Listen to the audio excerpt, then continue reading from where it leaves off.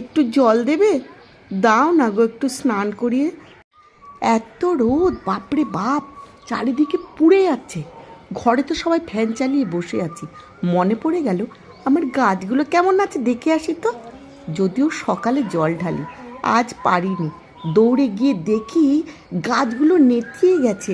আমাকে দেখে মনে হলো ওরা বলছে কাতর হয়ে, একটু জল গো, একটু জল দেবে? দাও না গো, একটু স্নান করিয়ে। বড়ই গা জ্বালা করছে। নিজের কথা না ভেবে রোদ্দুরে দাঁড়িয়ে ওদের স্নান করালাম।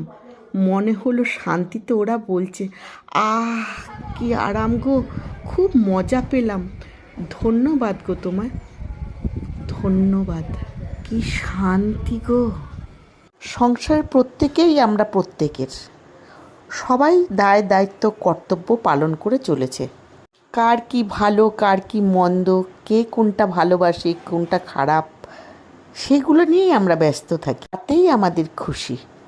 কিন্তু এই যে আমাদের ছাদ বাগান বড় প্রিয়, বড়ই আদরের, তাদেরও যত্ন করার দায়িত্ব আমাদের।